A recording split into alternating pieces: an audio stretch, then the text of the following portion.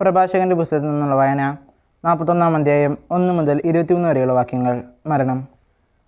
മരണമേ, തൻ്റെ സമ്പത്തിൻ്റെ മധ്യേ സമാധാനപൂർവ്വം ജീവിക്കുന്നവന്, അല്ലലില്ലാതെ എല്ലാ ഐശ്വര്യങ്ങളുമുള്ളവന്, രുചികരമായ വിഭവങ്ങൾ ആസ്വദിക്കാൻ ആരോഗ്യമുള്ളവന് നിന്നെപ്പറ്റി ഓർക്കുന്നത് എത്ര അരോചകമാണ്. മരണമേ, ദരിദ്രനും ശക്തി ക്ഷയിച്ചവനും വൃദ്ധനും അല്ലൽ നിറഞ്ഞവനും സഹിഷ്ണുത നഷ്ടപ്പെട്ട് സദാ നീരസം പ്രകടിപ്പിക്കുന്നവനും നിൻ്റെ വിധി എത്രയോ സ്വാഗതാർഹം. മരണവിധിയെ ഭയപ്പെടേണ്ട, നിൻ്റെ മുൻകാല ജീവിതത്തെയും ജീവിതാന്തത്തെയും ഓർക്കുക. മർത്യവർഗത്തിനുള്ളിൽ കർത്താവിൻ്റെ തീർപ്പാണ് ഇത്. അത്യുന്നതൻ്റെ ഹിതം നിരസിക്കാൻ ആർക്ക് കഴിയും? ആയുസ് 10, 100, 1000 വർഷം ആയിക്കൊള്ളട്ടെ, പാതാളത്തിൽ അതേപ്പറ്റി ചോദ്യമില്ല. പാപികളുടെ സന്താനങ്ങൾ മ്ലേച്ഛ സന്തതികളാണ്.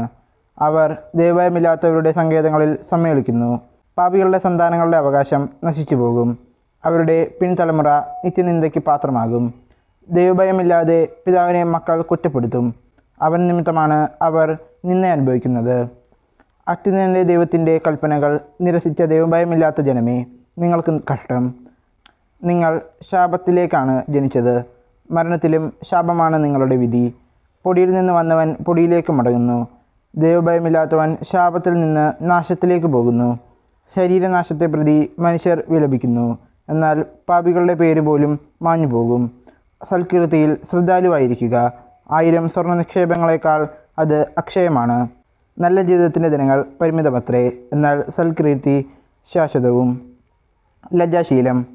കുഞ്ഞുങ്ങളെ ഉപദേശങ്ങൾ പാലിച്ച് സമാധാനത്തിൽ വർത്തിക്കുവിൻ. നിഗൂഢജ്ഞാനവും അജ്ഞാതനീതിയും നിഷ്പ്രയോജനമാണ്. വിഡ്ഢിത്തം മറച്ചു വയ്ക്കുന്നവൻ വിജ്ഞാനഗോപനം ചെയ്യുന്നവനേക്കാൾ ഭേദമാണ്. അതിനാൽ എൻ്റെ വാക്കുകൾ ആദരിക്കുക. എല്ലാറ്റിനെയും കുറിച്ച് ലജ്ജിക്കുന്നതും നന്നല്ല.